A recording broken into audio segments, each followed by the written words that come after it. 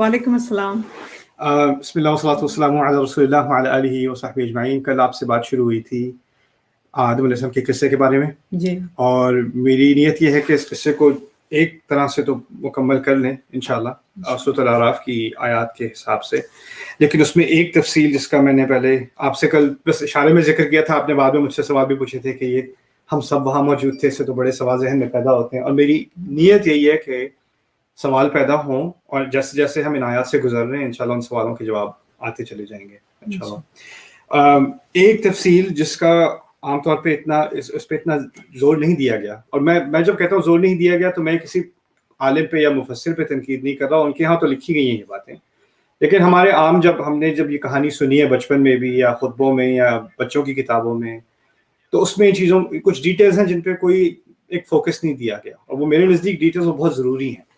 تو جیسے ایک ڈیٹیل یہ ہے کہ جب آدم علیہ السلام بنائے نہیں گئے تھے، ابھی ان کی خلقت نہیں کی گئی تھی، اور اس وقت صرف فرشتے تھے، اور یہ بھی ظاہر ہے کہ جن بھی تھے، اور اس میں ابلیس بھی تھا، لیکن وہ ابھی اس پر لعنت نہیں کی گئی تھی، وہ شیطان نہیں تھا، وہ شاید اس کا نام بھی ابھی ابلیس نہیں تھا، اس کا جو بھی نام ہوگا وہ ہوگا، اور اس کا درجہ بہت اعلیٰ تھا. تو اللہ تعالیٰ نے ایک اعلان کیا، اور اس اعلان کا ذکر 2 دفعہ قرآن میں ہے، تو سورۃ الحجر میں ہے، سورۃ صاد میں ہے، تقریباً ایک ہی الفاظ ہیں.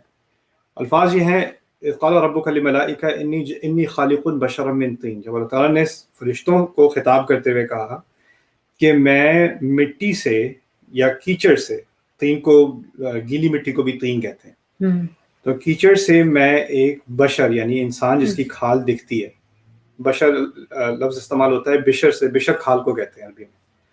تو جو جانور جس کے فر زیادہ ہوتے ہیں نا، بال زیادہ ہوتے ہیں، اس کی کھال نظر نہیں آتی، تو میں ایسا انسان بنانے والا ہوں، ایسی مخلوق بناؤں جس کی کھال نظر آتی ہے. بشر من طین، مٹی سے بنا ہوا. ابھی بنایا نہیں ہے، میں بنانے لگا ہوں. خالق بشر من طین فاذا سویتہ، اور جب میں اس کی تسویہ کر لوں، تسویہ کہتے ہیں اس کو سیدھا بالکل پرفیکٹ بنا دوں. ونفخت فیہ من روحی، اور اس کے اندر اپنی روح کو بھی پھونک دوں، اپنی بنائی ہوئی روح کو پھونک دوں. فقعوا لہ ساجدین، پھر اس کے سامنے سجدہ کر دینا. تو یہ اناؤنسمنٹ کی گئی ہے کہ ابھی بنایا بھی نہیں گیا انسان، لیکن اللہ نے کہا مٹی سے بنانے والا ہوں، اور اس کو میں بہت پرفیکٹ بناؤں گا، اس کو بالکل بیلنس بناؤں گا، اور بیلنس کی کلرز اس پہ ایک سیکنڈ میں واپس آتے ہیں. اور پھر اس کے بعد کہا کہ جب یہ بن چکا ہوگا پھر میں اس میں اپنی روح ڈالوں گا. تیسری چیز تو مٹی، پھر بیلنس، اور پھر روح، 3 چیزیں. اور پھر 3 چیزوں کے بعد کہا کہ جب یہ مکمل ہو جائے پروجیکٹ تو تم نے سجدہ کرنا ہے، تم سب نے. ہمارا کانسیپٹ یہ ہے کہ اللہ تعالیٰ نے انسان جو ہے وہ ابلیس کو بنایا، کیا نام ہے، آدم علیہ السلام کو بنایا، ایک دفعہ بن گئے تو پھر فوراً انہوں نے حکم دیا کہ سجدہ کرو. تو اس وقت وہ اکڑ میں آ کے اس نے کہا میں نہیں کرنے لگا. لیکن عجیب بات یہ ہے کہ اس کو جب وہ بن گئے تھے اور پھر وہ جو حکم آیا تھا وہ تکرار تھا حکم کا، وہ دوبارہ کیا گیا تھا. یہ حکم بہت پہلے دیا جا چکا تھا، یعنی ان کے بننے سے پہلے بھی، اور بنانے سے پہلے اس حکم کی وجہ بھی بتا دی گئی تھی. اصل میں سجدے کا ایک کانسیپٹ ہے ہمارے دین میں کہ اللہ تعالیٰ کے جو معجزے ہوتے ہیں نا، جو بہت بڑی عظیم اللہ تعالیٰ کی شان کی کوئی نشانی ہوتی ہے، اس کے سامنے انسان یا انسان کی مخلوق سجدہ کر دیتی ہے اس کو دیکھ کے. جیسے موسیٰ علیہ السلام کے قصے میں ہے کہ جب جو جادوگر تھے انہوں نے موسیٰ علیہ السلام کی چھڑی کو سانپ بنتے دیکھا تو وہ پہچان گئے کہ یہ جادو نہیں ہے، تو وہ فوراً ہی سجدے میں گر گئے اس وقت. اسی طرح سیرت میں ہے کہ کبھی قرآن کی ایسی آیات ہوتی تھیں کہ یہاں تک کہ قریش جو اسلام کے دشمن تھے وہ بھی آیت سن کے وہ خود ہی سجدے میں گر گئے. یعنی اللہ تعالیٰ کی عظمت کے سامنے انسان سجدے میں گر جاتا ہے. اشارہ اس بات کی طرف ہے کہ اللہ تعالیٰ ایک ایسی عظیم مخلوق بنانے والا ہے کہ اس کی عظمت کو سامنے رکھتے ہوئے فرشتوں کو سجدہ کرنا ہی پڑے گا. یعنی سجدہ صرف آدم علیہ السلام کی تعظیم کے لیے نہیں ہے، اس بات کے اعتراف کی طرف ہے، اس کو ایکنالج کرنا ہے کہ اللہ تعالیٰ نے اپنی عظیم ترین مخلوق بنائی ہے. جس طرح ہمیں بھی ہوتا ہے نا، کوئی ہمارے یہاں تو مذاق بن گیا، کوئی اگر پاکستانی کو مشکل سے کوئی چیمپئن شپ کا میچ جیت جائیں تو سجدے میں گر جاتے ہیں، کیونکہ اللہ تعالیٰ کا معجزہ ہی ہوا، ورنہ تو نہیں جیتنا تھا. Right, the idea is the same، right, کہ کوئی عظیم چیز ہو تو سجدے میں گرنا ہوتا ہے. اب وہ انسان عظیم کیوں ہے، اس میں 3 چیزیں اللہ تعالیٰ نے ان کا ذکر کیا فرشتوں کو سمجھانے کے لیے کہ یہ عظیم ترین مخلوق کیوں ہے، اور ان تینوں کو سمجھنے کی ضرورت ہے. پہلی چیز تھی کہ میں مٹی سے بنا رہا ہوں، اور پھر مٹی سے تو قرآن میں عیسیٰ علیہ السلام کے بارے میں کہا گیا ہے کہ وہ مٹی سے پرندہ بنائیں گے اور اس میں پھونکیں گے تو اللہ کی رضا سے وہ ایک زندہ پرندہ بن جائے گا. ہمیں معلوم ہے کہ اسی مٹی سے، اسی آرگینک میٹر سے سارے جانور بنے ہیں، سارے کیڑے مکوڑے بنے ہیں، ساری مٹی کی ہی پیداوار ہیں. تو ہم میں ایک جانور کا ایلیمنٹ بھی ہے. ہمارے اندر جو آرگنز ہیں جیسے ہڈیاں ہیں، آئیز ہیں، برین وغیرہ ہے، ان کے کتنے سارے فنکشنز اینیمل کینگڈم کی طرح ہیں. یہاں تک کہ بایولوجی وغیرہ میں یا میڈیکل اسکول میں شروع میں ڈائسیکشن اور سسٹمز دکھانے کے لیے جانوروں کی ڈائسیکشن کرتے ہیں کیونکہ ہمارے سسٹمز میں بہت مشابہت ہے، رائٹ. تو وہ 3 والا ایسا تو وہ پہلے بھی ایگزسٹ کرتا تھا، پہلے بھی تھا اس دنیا میں، لیکن ایک نئی چیز ایڈ کی گئی، سویتہ، اس کو میں نے بیلنس بنا دیا. تسویہ کہتے ہیں 2 چیزوں کو برابر کرنا، اور یہ بہت گہری بات کی گئی ہے اللہ کی طرف سے. ایک تو ہے کہ ہم افمن یمشی مکبا علی وجہہ اہدی امن یمشی سویا علی صراط مستقیم، کہ ہم کھڑے ہو کر بیلنس ہو کے کھڑے ہوتے ہیں. جانور جھکے ہوتے ہیں، 4 پر ہوتے ہیں، ہم کھڑے ہو سکتے ہیں، ہماری چال میں بھی بیلنس ہے. لیکن ہماری ہر چیز میں بیلنس ہے. جیسے جانور کو بھوک لگتی ہے، وہ کیا کرتا ہے؟ لپک کے کھا لیتا ہے. ہمیں بھوک لگتی ہے، ہم دیکھتے ہیں کہ یہ کھانا کھانے والا ہے کہ نہیں ہے، ابھی صحیح وقت ہے کھانے کا کہ نہیں ہے، کھانا کیسے کھانا چاہیے. یعنی ہم ایک ہمارے اندر ایک امپلس ہے، ایک خواہش آتی ہے، جیسے جانور کے اندر بھی آتی ہے، ایک حص آتی ہے، لیکن ہم اس کو ہم بیلنس کر لیتے ہیں کنٹرول کے ساتھ. ہمارے اندر ایک ایموشنل بیلنس ہے. ہمارے اندر صرف یہ نہیں ہے کہ اچھا یہ گھر اچھا لگ گیا اس میں گھس جاؤ، نہیں، اس کو کمائی کرو، خریدو، پھر اس کے اندر داخل ہو. جانور کو کیا ہوتا ہے کہ اس کو کوئی سوراخ ملے گا، اس میں گھس جائے گا، رائٹ. تو ہمارے اندر یہ کنٹرولز جو ہیں یہ ہمیں بیلنس رکھتے ہیں. اسی طرح ہمیں بیلنس کیا گیا ہے، ایک طرف غصہ، ایک طرف صبر، ایک طرف اداسی، ایک طرف خوشی. یعنی ہمیں بہت ساری چیزوں کو اللہ تعالیٰ نے ہمارے اندر ایک بیلنس بنایا ہے. اور اس بات میں اس چھوٹے سے لفظ میں اس طرف بھی اشارہ کر دیا اللہ تعالیٰ نے کہ ہمیں بیلنس کرنے کی صلاحیت ہے. یعنی تسویہ سے ہمیں پتہ چلتا ہے، جیسے انسان کے، میں نے اب کل ہم نے نیگیٹو سوچ کے بارے میں بات کی تھی کہ مجھے یہ خیال آتے ہی رہتے ہیں، برے خیال آتے ہی رہتے ہیں. انسان بھول جاتا ہے کہ یہ جو دماغ ہے یہ ایک مسل ہے، یہ ایک ہمارے جسم کا ایک حصہ ہے، اور یہ ہمارے کنٹرول میں ہے. جیسے آپ کے ہاتھ آپ کے کنٹرول میں، آپ کی آنکھیں آپ کے کنٹرول میں. یہ آپ کو کنٹرول نہیں کرتا، آپ اس کو کنٹرول کرتے ہیں. یہ آپ کو بیلنس نہیں کرتا، آپ نے اس کو بیلنس کرنا ہے. کس چیز کی طرف سوچنا ہے، کس چیز کی سوچ سے اپنے آپ کو روکنا ہے، وہ آپ کے ہاتھ میں ہے. لیکن انسان یہ چیز بھول جاتا ہے، شیطان اس کو بھلوا دیتا ہے، اور وہ سمجھتا ہے کہ میں اپنے آپ کو روک ہی نہیں سکتا. جس طرح ہم اپنے آپ کو کنٹرول کرتے ہیں کپڑے پہنتے وقت، کھڑے ہوتے ہوئے، بیٹھتے ہوئے، ہر چیز میں ہم کنٹرول ہی کرتے ہیں نا. اور وہ دماغ ہی استعمال کر کے کنٹرول کرتے ہیں. یہی دماغ استعمال ہو رہا ہے اپنی سوچ کو اور اپنے جذبات کو کنٹرول کرنے میں، رائٹ. اسی طرح اپنی زبان ہے، اچھا مجھے نہیں پتا میرے منہ سے جو بات نکل آتی ہے، نکل نہیں آتی، ہمیں بیلنس دیا گیا ہے. تو یہ بیلنس اتنی عظیم خصوصیت ہے انسان کی کہ اللہ تعالیٰ نے اس میں پاپا کوئی بات نہیں، کوئی بات نہیں، my dad's on a phone call, but anyway, so it's okay. تو کہا یہ جا رہا ہے کہ اللہ تعالیٰ نے ہمیں اس میں جو بیلنس دیا ہے اس سے ہمیں اپنے اندر کنٹرول ہے کہ ہم اپنی زبان کو بھی کنٹرول کر سکتے ہیں. اور یہ کوئی چھوٹی چیز نہیں ہے، اتنی بڑی چیز ہے کہ فرشتوں سے کہا گیا ہے کہ یہ بیلنس پہلے کبھی کسی کو اس طرح کا نہیں دیا گیا تھا. فرشتوں کو اصل میں کیونکہ اللہ تعالیٰ نے بنایا ہی حکم کی فرما برداری کے لیے، وَيَفْعَلُونَ مَا يُؤْمَرُونَ، ان کو جو کہا جاتا ہے وہی کرتے ہیں. ہمیں آپشن دی گئی ہے، ہمیں ہر چیز میں چوائس دی گئی ہے. وہ بات کی بات آئے گی، لیکن اس چوائس میں بھی آپ کو ہمیشہ بیلنس کرنا پڑتا ہے نا، کروں یا نہ کروں، کہوں یا نہ کہوں، سوچوں یا نہ سوچوں. تو یہ بیلنس کی ایک عظیم خصوصیت ہے جو انسان کو دی گئی. اس کے بعد تیسری بات، ایک روحانی قوت جو کبھی پہلے کسی کو اس طرح کی نہیں دی گئی. وہ کیا ہے؟ وَنَفَخْتُ فِيهِ مِنْ رُوحِي، میں اس سے اپنی روح میں سے ایک خاص، اپنی روح کا مراد ہے کہ میری ایک خاص مخلوق ہے جس کی نسبت میری طرف ہے اور اس کی اٹیچمنٹ میرے ساتھ ہے. یعنی اللہ تعالیٰ نے ہمیں دنیا میں تو ڈال دیا، لیکن ہمارا ان کے ساتھ ایک اندیکھا کنیکشن ہے ہمیشہ کے لیے، وہ ہماری روح ہے. تو وہ بھی نور، اس کو بھی نور کے حساب سے بتایا گیا. اللہ تعالیٰ نے ایک حدیث میں ایکچولی اس کی طرف، نور کی طرف اشارہ کیا گیا ہے. اور سورۃ النور میں، آیت النور میں بھی روح کی طرف نور سے اشارہ کیا گیا ہے. تو قرآن بھی نور ہے، اللہ تعالیٰ بھی نور ہے، اور ہمارے اندر کی روح بھی نور ہے. تو وہ ایک کنیکشن بن گیا ہمارے ساتھ.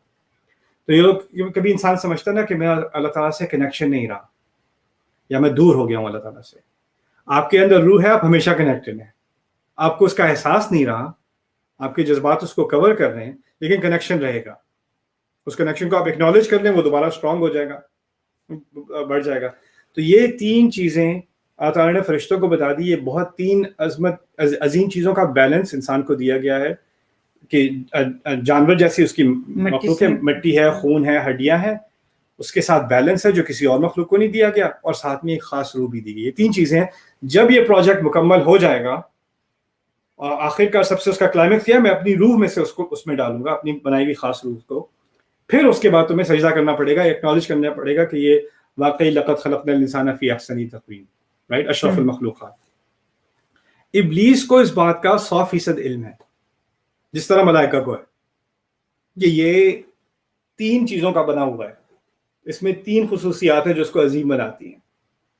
اب آپ کو قصہ یاد ہوگا کہ جب اس نے انکار کیا تو اس نے کس بات پہ تنقید کی, کیا کہا, مٹی سے بنا, مٹی سے بنا ہے, میں کیوں کروں, مجھے آگ سے بنا ہے, ایسے مٹی سے بنایا ہے. اب جب اس نے مٹی کا ذکر کیا تو 2 باتیں چھوڑ کے ذکر کیا نا, روح کی اور روح کا ذکر نہیں کیا, تصویر کا ذکر نہیں کیا. اب یہ ہو سکتا ہے اگر انسان کے دماغ میں آئے, کوئی سوچے کہ نہیں ان چیزوں کا ذکر اس لیے نہیں کیا کہ اس کو اس کا علم نہیں تھا, لیکن قرآن نے تو صاف بتا دیا کہ پوری سب کی اناؤنسمنٹ ہے, سب کے سامنے اناؤنسمنٹ ہے کہ میں بنانے والا ہوں اور تم سب کو سجدہ کرنا ہوگا, رائٹ. تو یہاں پر ایک بہت اہم بات ہمیں ابلیس کے بارے میں سیکھنے کو ملی.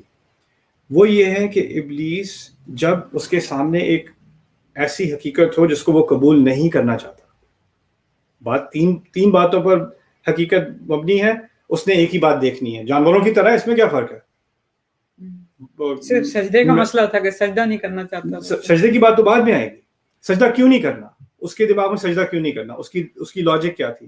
لاجک یہ تھی کہ یہ مٹی کا بنا ہوا ہے, مٹی کے تو جانور بھی بنے ہیں, ان میں کیا خاص بات ہے. لیکن اس نے جان بوجھ کر 2 حقیقتوں کو اگنور کیا, جیسے اس کے سامنے وہ حقیقتیں ہیں ہی نہیں, رائٹ.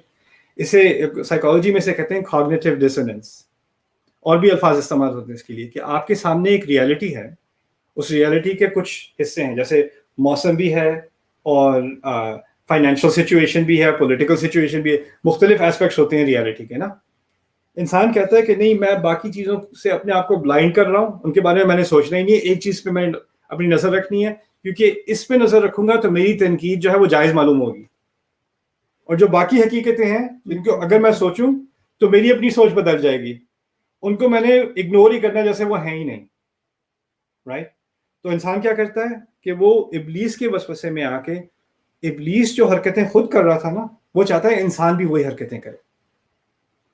تو ابلیس یہ چاہتا ہے کہ ہم جب ہمارے سامنے کوئی ایسی حقیقت ہے جسے ہم قبول نہیں کرنا چاہتے, تو اس میں سے ایک چیز پکڑ لو جس سے اپنی غلط رائے ثابت ہوتی ہے, اور جو باقی اسی حقیقت میں جو اور چیزیں ہیں جس سے اپنی غلط رائے صحیح ہو سکتی ہے, ان کو بس اگنور کر دو, جس سے اس کی سنت ہے, یہ ابلیس کی سنت ہے. اور ابلیس کو پڑھنا قرآن میں بہت ضروری ہے کہ جو بیہیویئر اس کا ہوتا ہے وہی بیہیویئر وہ ہمارے اندر ڈالنا چاہتا ہے. تو یہاں آپ آگے جلدی سے چلتے ہیں. جب کہا گیا سب سے کہ اب فائنلی سجدہ کرو, فسجدوا الا ابلیسا, تو سب نے سجدہ کیا ہے سوائے ابلیس کے. لم یکم من الساجدین, وہ سجدہ کرنے والوں میں سے نہیں تھا. اب حیرت کی بات یہ ہے کہ جب اللہ تعالیٰ نے یہ اناؤنسمنٹ بنائی کہ میں مٹی سے بنانے والا ہوں, اور اس میں یہ بیلنس ڈالوں گا, اور پھر اس میں یہ روح ڈالوں گا. سورۃ البقرہ میں نے ذکر کیا تھا نا, بقرہ میں بھی اس کہانی کا ذکر ہے, اس قصے کا ذکر ہے. وہاں بنانے سے پہلے فرشتوں نے تنقید کی. فرشتے کہتے ہیں تو خون بہائے گا.